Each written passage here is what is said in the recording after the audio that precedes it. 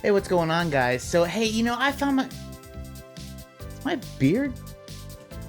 My beard gone? What the? Hey, guys, what's going on? I have been sleeping on some games, and this is gonna sound very, very stupid because not only did I unbox like the crazy collector's edition, I even talked about it in like my cool games of 2023 that I was looking forward to like back in the beginning of the year. And that is the Final Fantasy Pixel Remastered collection. Now, let me explain myself real quick. The sense that I've been sleeping on these is, as I've said many times on the channel before, I have a fondness, a love, nay, possibly my favorite RPG of all time is Final Fantasy IV. I was really, really looking forward to replaying that game and really even possibly checking out some of the other Final Fantasies. Now, just a little history for me. I've played like a lot of the more recent Final Fantasies, obviously, but Final Fantasy 2 or 4 was my first one I ever played. 5 I didn't really get here. I was always interested in it. 6 was an awesome one, right? 3 for us here in America, but I never had that game growing up, so that was another one that I was really looking forward to going start to finish and playing. Now, last year there were so many games that came out. I was really playing a lot of new games. I didn't want to dive a whole bunch deeply into older games. One thing I did play was the first couple Mega Man Battle Networks from the Battle Network collection, and the quality of life stuff there was awesome. And, the fact that you could kind of skip the grind by using the Buster Max mode. And then that got me checking out Final Fantasy the collection, and I decided to start playing 4 literally like 3 days before New Year's. And wow, as a functioning adult with a job and not much time, I can wholeheartedly say that this collection is possibly the best way to play these games. It may not have all the content of later iterations, like the PSP versions, or some of the Game Boy Advance versions had optional dungeons depending on the game, but I will say that as a functioning adult with a job and time and priorities, this is the way to play it. Let me explain. Let me start off where I started off actually playing these, with Final Fantasy IV. So one thing that is immediate, right? When you turn on the game, they have a bunch of like extras, and I want to just kind of go over those now, just because I didn't get to touch on this when I was opening the collector's edition. But right out of the box, you have all of the artwork unlocked, all the cool watercolor original artwork, and it is beautiful. I mean, this stuff is really cool. I actually have some of the art books, like physical books, so it's really neat to be able to check these out on on the go, just because who's gonna carry around a library with you. But some of this art is really great, and it's just cool to see where the inspirations and everything came from. But my favorite thing, I'm pretty sure, has to be this whole soundtrack situation, because they have the ability to play the original and the new versions. And basically when you go through just listening to them, I mean, it's just like a really cool, improved, maybe more orchestral version of the original kind of 16-bit soundtrack, or 8-bit if you're playing some of the older games on this collection. But wow, there are some that are huge, huge outliers. Let me show you. So this is the song that immediately comes to mind when I think of an outlier. I've actually used it on this channel before, but it's the Mystic Mysidia song for the Mysidia Village from Final Fantasy IV. And this song has always been kind of funny to me. It has like a kind of quirky, weird, playful sound to it, obviously, and it's meant to, hey, this is the town of the wizards. I mean, every time I hear it, I always feel like I'm just kind of jiving out, vibing out, rocking out to this thing. But my God, someone in the studio went friggin' hard on the remix version. Check this shit out.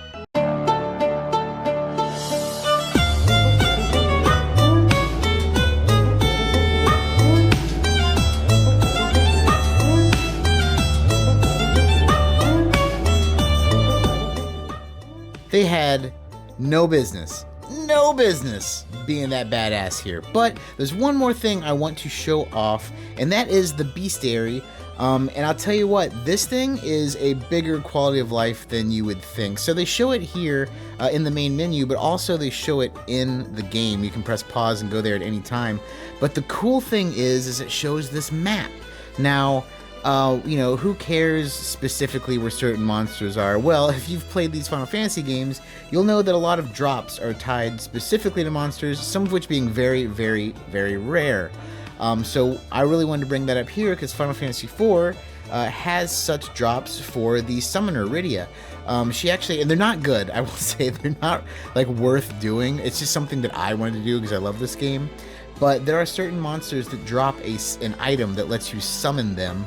That she can get. I wish this was done with like cooler monsters like the Behemoth or something, but for Rydia it's like the Goblin, the Bomb, the Mind Flayer. I mean, it's not much, and they're all weak and they're all not worth doing. In fact, most people have probably played this game not knowing that these exist, but for me, wanting to really complete it, save for getting like a full set of adamant armor for everyone, though I did get one, I really wanted to do this, so it was really neat being able to see where on the map these monsters are, and I could just go there and kind of farm them.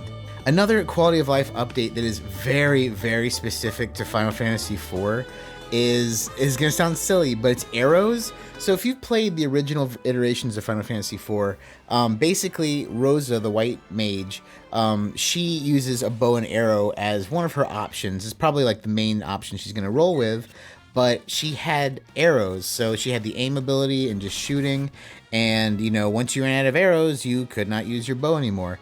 In this game, rather than make arrows really rare or drops or having to spend a lot of money on them, in this game you could actually go through and just the arrow is an item and it's just one and you never run out of it. So it's really cool. I know it's really minor, but you know, for someone who really loves this game and someone who doesn't want to kind of dick around, this was a really, really cool quality change for me.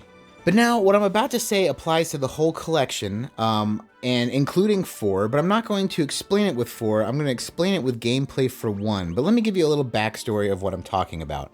I was under the feeling that I was not going to play 1, 2, or 3, and hear me out on this. I have 1 on the regular NES, and I've played it with my friend, and the thing I did not like about this game, and the thing that I wasn't looking forward to with 2 and 3 is the grinding aspect of it. I mean, I know it's an RPG, but you know, like I say, it's harder the older you get with time to do stuff like that, especially when it doesn't do anything for the plot. It's literally, I cannot beat or go to this area because I need to kill a lot of monsters or whatever, and you're just spending hours walking in circles, killing stuff, going and saving, walking in circles. You know, you don't want to, like, after grinding at work, do you want to grind at home, especially if you know, have kids or whatever? It's just something you don't want to do.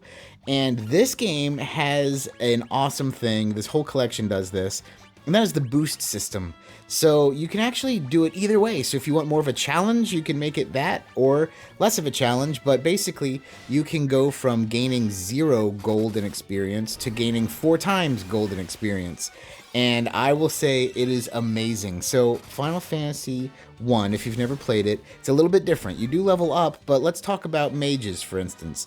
Magic, you have to buy. So the fact that you can boost your guild drops, that was never a problem for me. So it wasn't like, you know, oh, you can't have this spell yet because you're not supposed to have it. It's like everything was time gated behind grinding. So now I just have all this money and I can level up and get the stuff I need so I can play the story and enjoy the story rather than have to just stop and grind. So it's a really, really cool quality of life thing. But another thing that's really a game changer, especially for 1, and I'm thinking it'll transfer very well over to 2 and 3, and that is the auto battle system. So the auto battle system, you basically press a button, it speeds up everything, and it lets you like use the commands you used last. So if you've played Final Fantasy 1, magic is a little different. You don't have MP, you have like spell uses, and you recharge them by staying at an inn or using a tent.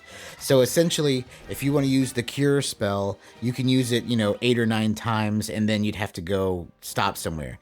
or use an item to recover it. So a cool thing with this, as far as when I did need to grind, which is really not much, and it's very fast with these quality of life updates, but when I did need to grind, I could set it to where my my warrior would attack with melee, my ninja would attack with melee, my white mage used an item which did a group heal that was minor but just always and free, and my black mage would use an item that would basically use like a lightning spell that was AoE that wasn't very strong but still strong enough. So it's really cool because like now I can grind without using MP and stuff and having to even stop and like use items and what have you. It's so cool because this game is heavy on the grind, and I was just able to use these kind of features to bypass the grinding so I could play the story. And I'll tell you what, I know the story of Final Fantasy 1 because I've, played other games that kind of recap it, but experiencing it myself has been extremely awesome. One other thing, and this is also minor, but it's also in every game.